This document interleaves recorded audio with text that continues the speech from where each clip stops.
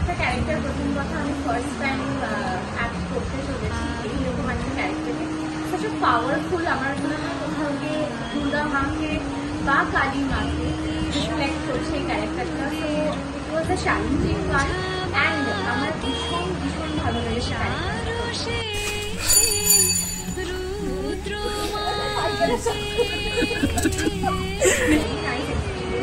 To work with Akshay আর অক্ষয়কে নিয়ে কি বলবো, such a sweetheart, এত cooperative and very good team, খুব ভালো লেগেছে। and তোমরা কিন্তু দেখতে ভুলবে না, মহালয়ার দিন মানে 21শে সেপ্টেম্বর আসছে মিস্টার ডিরেক্টররা ইউটিউব চ্যানেল।